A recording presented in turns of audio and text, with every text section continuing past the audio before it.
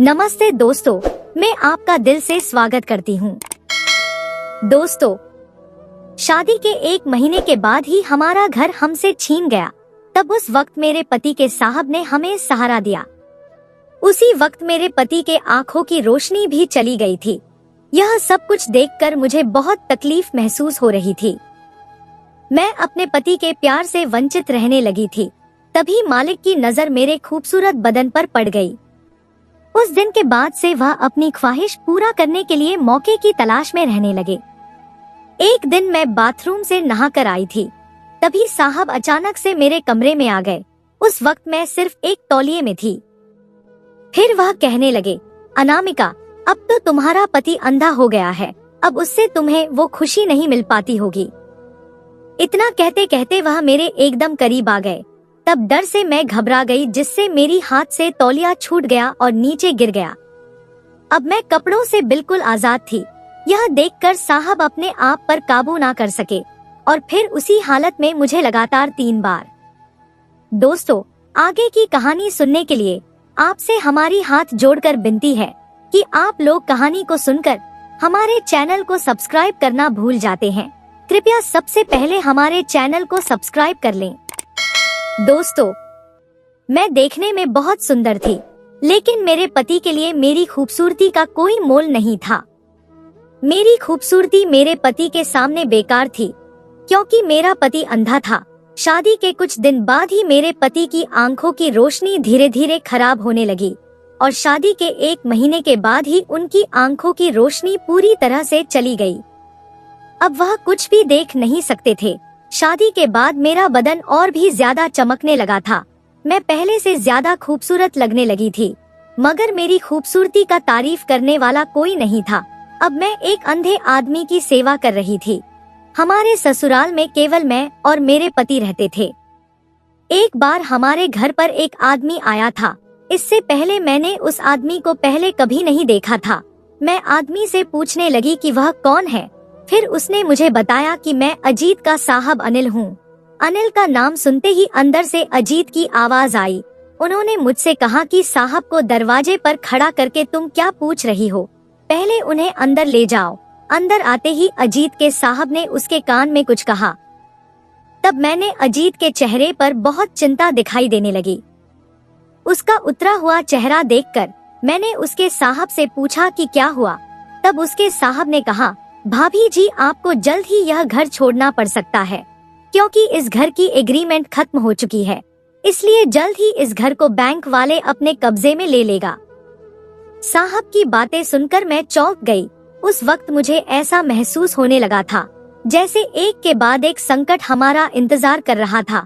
अभी कुछ दिन पहले मेरे पति की आंखों की रोशनी चली गई। उसके बाद हमें अपना कल बहुत ही कष्ट से गुजरता हुआ नजर आ रहा था। उस वक्त अजीत की आंखों से आंसू आने लगे थे। उसने कहा, अब मैं अपनी पत्नी को कहाँ ले जाऊं? अजीत की आंखों में आंसू देखकर उसके साहब ने उससे कहा, अजीत, तुम चिंता मत करो। अगर तुम्हें कोई आपत्ति ना हो तो तुम अपनी पत्नी के साथ मेरे घर पर रह सकते हो, क्योंकि मैं तुम्हारे साहब से पहले तुम्हारा दोस्त हूँ। इसलिए मैं तुम्हें दोस्ती के खातिर ये कह रहा हूँ। और हाँ, तुम इसका एहसान बिल्कुल भी मत समझना। साथ ही साथ मैं तुमसे कोई भी पैसा नहीं लूंगा। अजीत तुरंत अपने साहब की बात से सहमत हो गए। फिर बोले, साहब, मैं आपके घर रहने को तैयार हूँ। उस दिन हम बहुत ही बेबस थे। दोस्तों, कुछ समझ में नहीं आ रहा था कि हमारे साथ ये सब क्या हो रहा था। अपने पति के साथ किसी गैर मर्द के साथ रहना कुछ अच्छा नहीं लग रहा था, मगर मजबूरी के आगे कर भी क्या सकते थे। फिर मैंने कुछ कपड़ों को अपने बैग में रखा और अजीत मुझे अपने साहब के घर लेकर चले गए। साहब का घर बहुत बड़ा था। उस घर को देखकर मेरी आंखें चमक रही थी।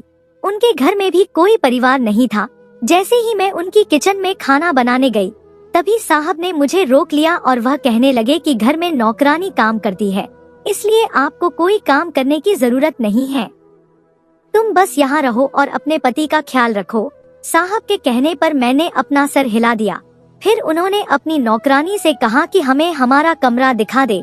नौकरानी ने मुझे सारा कमरा दिखा दिया और मैं अपने पति के साथ उस घर में रहने लगी। अगले कुछ दिन ऐसे ही बीत गए, लेकिन अजीत घर पर रहकर थक गए थे। उन्होंने कहा कि अब मैं घर पर बैठे बैठे बोर हो गया हूँ। तब अजीत को उसके साहब ने ऑफिस आने का सुझाव दिया। उन्होंने कहा कि अगर अजीत ऑफिस जाता तो उसे पूरे महीने का वेतन मिलता। फिर अजीत अगले ही दिन से अपने साहब के साथ ऑफिस जाने लगे। एक बार दोपहर को मैं अपने कमरे के बाथरूम में नहाने गई थी। नहाने के बाद मैं बाथरूम से सीधे अपने कमरे में आ गई थी। उस वक्त मैं सिर्फ एक गाउन अपने चारों ओर लपेट रखी थी, क्योंकि मुझे अलमारी या बाथरूम में कहीं भी तौलिया नहीं मिला। उस वक्त घर में सिर्फ मैं और एक नौकरानी ही थी। नौकरानी का नाम रेखा था। तो मैंने बस अपने शरीर को गाउन से लपेट लिया और उससे पूछा कि उसने तौलिया कहाँ रखा है। फिर मैंने अपने कमरे का दरवाजा खोला तो सामने साहब को देख मैं शर्मा गई। तभी शर्माते हुए मैं अपने कमरे में आ गई और उनसे दूर हो गई। लेकिन तभी साहब ने पीछे से आकर मेरे कंधे पर हाथ रख दिया। उनका इस तरह से कंधे पर हाथ रखना मुझे अंदर तक झकझोर दिया था। मैं घबरा गई थी कि इस वक्त साहब मेरे पास क्या करने आए हैं। तभी उन्होंने कहा, क्या आप कुछ ढूंढ रही है? उस वक्त मैं थोड़ा घबराते हुए कहा, मुझे एक तौलिया चाहिए था, लेकिन मुझे इस कमरे में कोई तौलिया नहीं मिला। फिर साहब ने अलमारी से एक तौलिया निकाल कर मुझे दिया। वह बोले, रेखा ने तौलिया बहुत बारीकी से मोड़ कर रखा था, इसलिए आपको यह नहीं दिखा। तभी साहब ने मुझे तौलिया दिया और मेरी तरफ देखने लगे। नहाने के बाद मेरा बदन काफी आकर्षक दिख रहा था, इसलिए साहब की नजर मेरे ऊपर टिक गया। कुछ देर तक तो वह मुझे यूं ही देखते रहे, लेकिन फिर मैं अपनी नजरें झुकाकर वह तौलिया लिया और बाथरूम में चली गई। मैं बाथरूम से पूरे कपड़े पहनकर बाहर आई। उस दिन साहब सुबह बहुत जल्दी ही ऑफिस चले गए थे, तो फिर वे अचानक घर कैसे आ गए? जब मैंने उनसे यह सवाल पूछा तो उन्होंने कहा, मुझे अपनी एक जरूरी फाइल चाहिए थी, इसलिए मैं वही लेने के लिए घर आया था। मैं जिस फाइल की तलाश कर रहा हूँ वह मुझे अपने कमरे में नहीं मिल रही है, इसलिए मैं उस फाइल को ढूंढने के लिए इस कमरे में आ गया। उस फाइल को लेकर कमरे से वापस जाते वक्त साहब ने मेरी खूबसूरती की तारीफ की। वह बोले, भाभी आप बहुत खूबसूरत हो। साहब के मुंह से अपनी तारीफ सुनकर मैं बहुत खुश हुई। बहुत दिनों बाद किसी मर्द ने मेरी खूबसूरती की तारीफ की थी।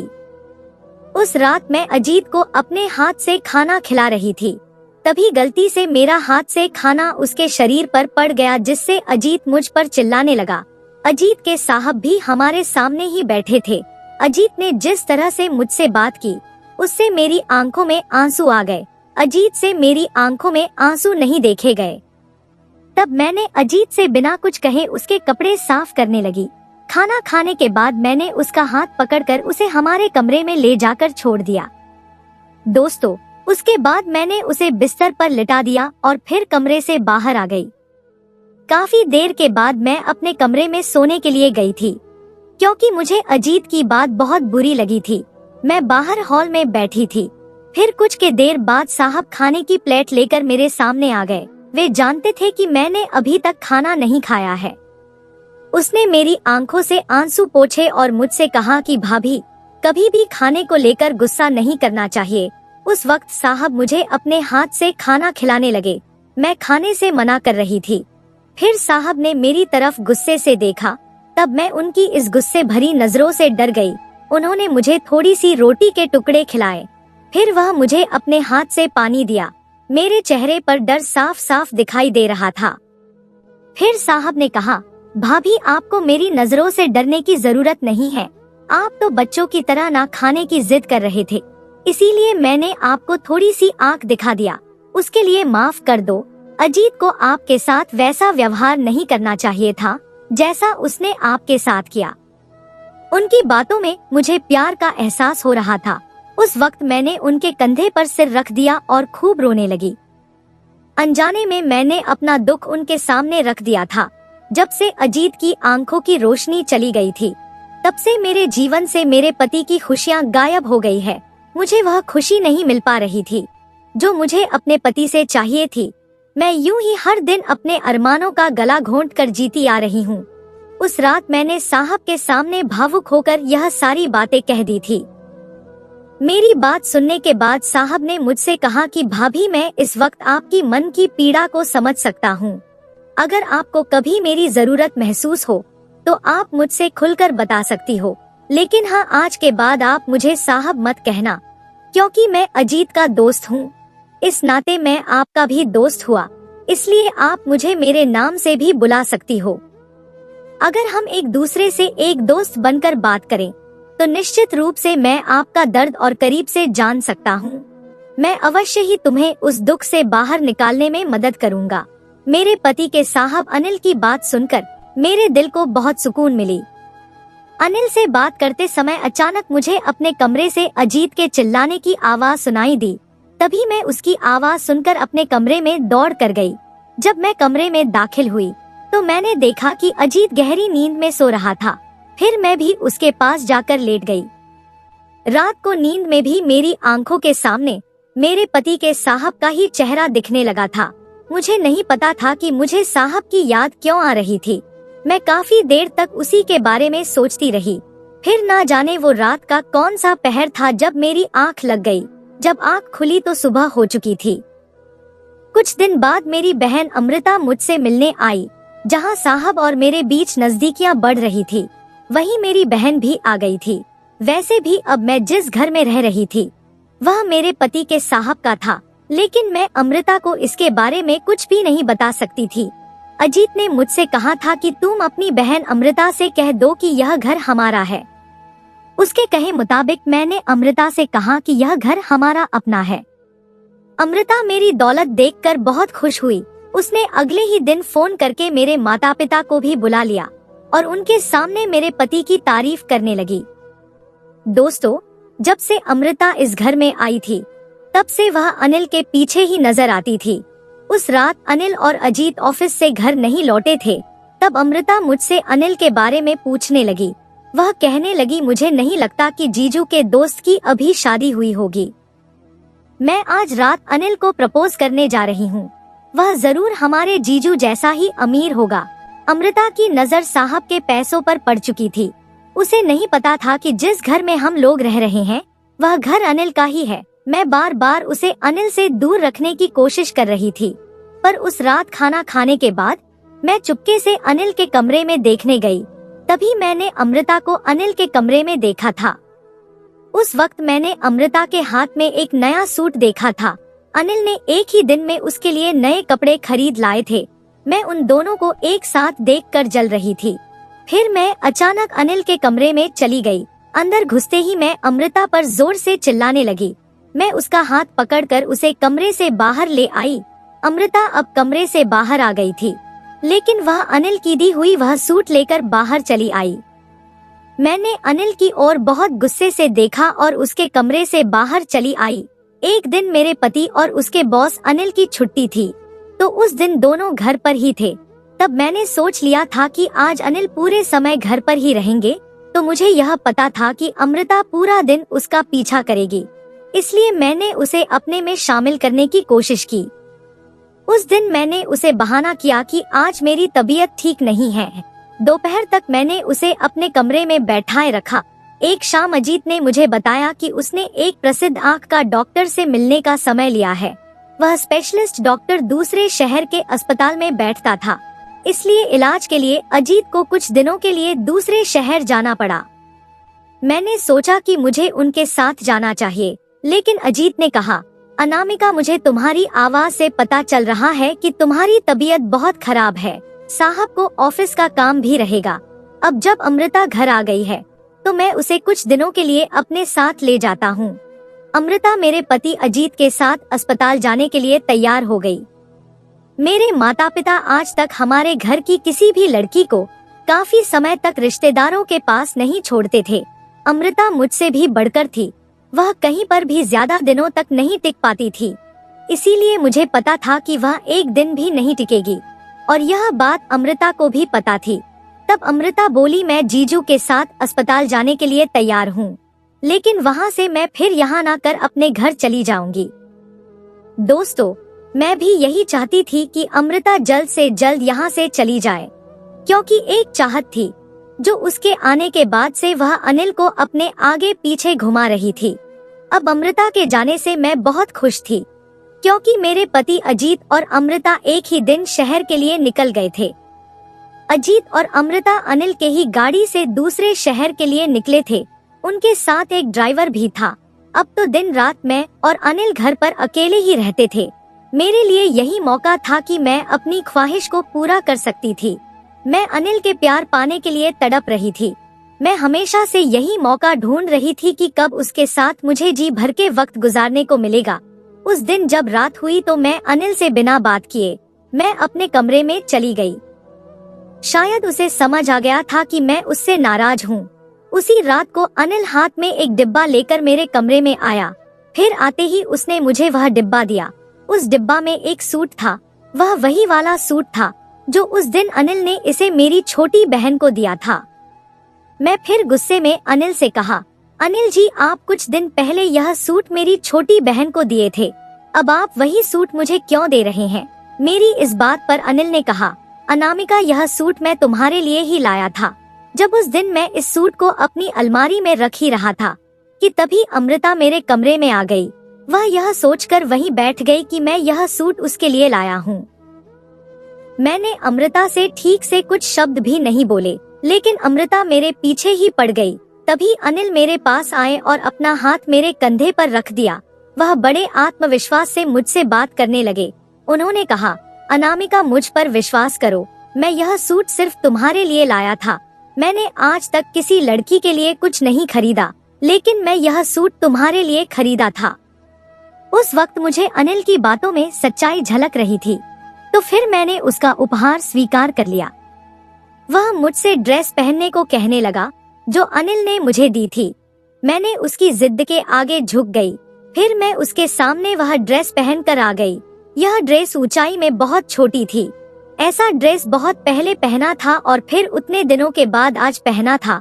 अभी जो ड्रेस मैंने पहनी थी वह मुझ पर बहुत अच्छा लग रहा था। मैं उस ड्रेस में किसी हीरोइन जैसी लग रही थी। उस ड्रेस में अनिल मुझे देखता ही रह गया।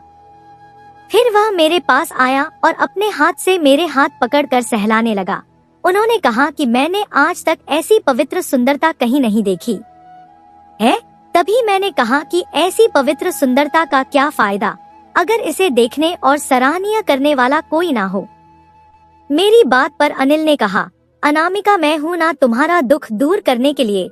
मैं तुम्हें वो खुशी दे सकता हूँ जो तुम्हें काफी दिनों से नहीं मिला है, लेकिन तब जब तुम्हारी मंजूरी होगी। दोस्तों, मैं भी यही चाहती थी कि मुझे अनिल से वो खुशी मिले, इसलिए मैंने चुपचाप हाँ में सर हिला दिया। उसके बाद फिर अनिल मुझे अपने बाहों में भर लिया और एक लंबा चुंबन मेरे होठों पर करने लगा। उसकी इस हरकत से मैं भी मदहोश होती चली गई और फिर उस रात के बाद मैं अगली सुबह जब उठी तो मैं अनिल के कमरे में उसके बिस्तर पर बिना कपड़ों के पड़ी थी। जैसे ही मेरी नींद खुली तो मैंने अपनी आंखों के सामने अनिल को मुस्कुराते देखा। वह वहीं बैठा मेरे सिर पर हाथ फिरा रहा था। मुझे मालूम हो गया था कि रात को मेरे साथ क्या हुआ था। जब मैंने अपने ऊपर एक नजर डाली तो मैं शर्म से पानी पानी हो गई। मैं फौरन से उठकर अपने कपड़े पहनने लगी। तभी उन्होंने कहा, अनामिका, रात को अचानक तुम्हें क्या हो गया था? मैं बहुत डर गया था। अनिल की मेरे प्रति चिंता देखकर मैंने उसे गले लगा लिया। उस दोपहर को मुझे मेरी माता पिता का फोन आया। तब मेरे माता पिता ने मुझसे जो कहा उसे सुनकर मुझे बहुत बड़ा सदमा लगा था। जैसे ही मैंने अपनी माँ का फोन रखा तो मैं रोने लगी। उस वक्त अनिल भी मेरे पास में ही थे। उसने मुझसे पूछा कि तुम क्यों रो रही हो? तब मैंने उनसे कहा कि हम समझ रहे थे कि मेरी छोटी बहन अमृता अपने जीजू के साथ अस्पताल गई है, लेकिन दरअसल वह वहाँ से अपने बॉयफ्रेंड के साथ भाग गई है और उसने खुद माता पिता को घर पर फोन करके यह बात बताई है। मुझे लगा कि मेरी बहन मुझसे मिलने आई थी, लेकिन वह अपने प्रेमी के साथ भागने के लिए यहाँ आई थी। उस वक्त अनिल ने मेरा बहुत ख्याल रखा था। उसने कहा, अनामिका, तुम उसकी बिल्कुल भी चिंता मत करो। उसने अपने बारे में सोचा और अपने प्रेमी के साथ भाग गई। आपकी जिंदगी का दर्द उससे कहीं ज्यादा बड़ा है। आपके पति आपके साथ होते हुए भी आपको अपने पति का सुख नहीं मिल पा रहा है। क्या यह दुख उस दुख से कम है? अनिल मुझे अजीत से बेहतर समझते थे। उम्र में भी वह मेरे पति से थोड़ा बड़े थे, लेकिन बहुत ही रोमांटिक किस्म के आदमी थे, क्योंकि कल रात मुझे उनके रोमांस करने का अनुभव हो गया था। हम दोनों जानते थे कि हम एक दूसरे से क्या चाहते हैं। उस दोपहर मैंने फिर वही छोटी ड्रेस पहनी। मैं तैयार होकर अनिल के कमरे में गई। अनिल मेरे पास आकर बिल्कुल भूल गया कि आज फिर उनके साथ भरपूर मजा लेना है। आज फिर से हमारे बीच की सारी बंदिशें हमेशा के लिए खत्म होने वाली थी। उस समय अनिल मुझसे बहुत प्यार करने लगे थे। धीरे धीरे मैं भी उनके आगोश में समा गई। अनिल और मैं एक दूसरे से मजे ले रहे थे। तभी अचानक हमारे कमरे का दरवाजा खुला। मैं सामने देखा तो अजीत मेरे सामने था, लेकिन मुझे उससे डरने की कोई जरूरत नहीं थी, क्योंकि उसे कुछ दिखाई नहीं देता था। अजीत को देखकर अनिल थोड़ा चौंक गया। दोस्तों, मैंने उसे आगाह किया कि तुम्हें बिल्कुल भी डरने की जरूरत नहीं है, क्योंकि मेरे पति अजीत अंधा है। तभी अजीत मुझे बताने लगा कि अमृता किसी के साथ भाग गई है। फिर ड्राइवर ने मुझे बताया कि अमृता के भागने के बारे में सब कुछ बता दिया। मैंने भी अजीत को दिखाया कि अमृता को भाग जाने से मुझे बहुत दुख हुआ है, और मैं उसके पास चली गई। कुछ देर बाद मैं अजीत और अनिल के लिए जूस बनाकर ले आई। उस वक्त मेरे पति और उनके साहब एक ही कमरे में थे। जब मैं उस कमरे में जूस लेकर जा रही थी, तो अचानक मैंने उन दोनों को कुछ बातें करते हुए सुना। मैं उनकी बात सुनकर अचानक उस कमरे में दाखिल हुई। अंदर आते ही मैंने अजीत से कहा, मैंने तुम दोनों को बातें करते हुए सुन लिया है। अजीत उस पर हंसते हुए कहने लगा, अच्छा तो फिर तुम सब कुछ जान चुकी हो, लेकिन कोई बात नहीं, यहाँ तुम्हें बचाने वाला कोई नहीं है। जब अजीत बात कर रहा था तो अनिल मेरी तरफ चला आया। अजीत और अनिल मिलकर मेरे साथ जो भी करने वाला था, ये तो मुझे पहले ही समझ आ गया था, क्योंकि अनिल मुझसे प्यार करने लगा था। उसने मुझे अजीत के बारे में सारी सच्चाई बता दिया था। मेरे पति अजीत अंधा नहीं था, वह जानबूझकर मेरे प्रति अंधा होने का नाटक करता रहता था। दरअसल अजीत लड़कियों को बेचने का काम करता था, और अब उसने मेरी बहन का सौदा किया था। वह एक सौदा और कर चुका था। आज वह मुझे भी बेचने वाला था, लेकिन समय के साथ मुझे अनिल ने मेरी पति की सच्चाई के बारे में बता दिया था। अजीत के साथ अनिल भी मिला हुआ था, लेकिन बीच में उसे मुझसे सच्चा प्यार हो गया। यह एक गलती है जो उसने की थी। उसने मुझे पूरी सच्चाई बताई, इसलिए मैंने पहले ही वहां पर पुलिस को बुला लिया था। उसी दिन दोनों को गिरफ्तार कर लिया गया। पुलिस ने मेरी बहन को वहां से सुरक्षित बचा लिया, जहां अजीत ने उसे बेचा था। उसके जैसी कई लड़कियों को पुलिस ने बचाया। जिस दिन उसने मेरी बहन के साथ सौदा किया था, उस दिन अमृता ने बड़ी चतुराई से इसका एक वीडियो बना लिया था और मुझे पहले ही भेज दिया था, जिसमें अजीत और अनिल का राज छुपा हुआ था। अनिल केवल मेरे साथ एक रात बिताना चाहता था, इसलिए उसने प्यार का झूठा ढोंग रचाया, लेकिन मेरे पति से मुझे ऐसा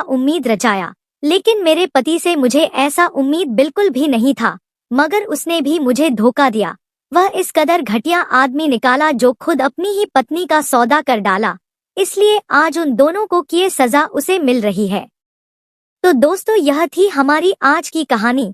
आपको सुनकर कैसी लगी हमें कमेंट करके जरूर बताएं, और हमारी वीडियो को ज्यादा से ज्यादा अपने दोस्तों में शेयर करें, और हमारे चैनल को भी सब्सक्राइब कर लें, ताकि आने वाली वीडियो का नोटिफिकेशन आप तक तुरंत पहुंचे। मैं मिलती हूं आपसे अगली वीडियो में।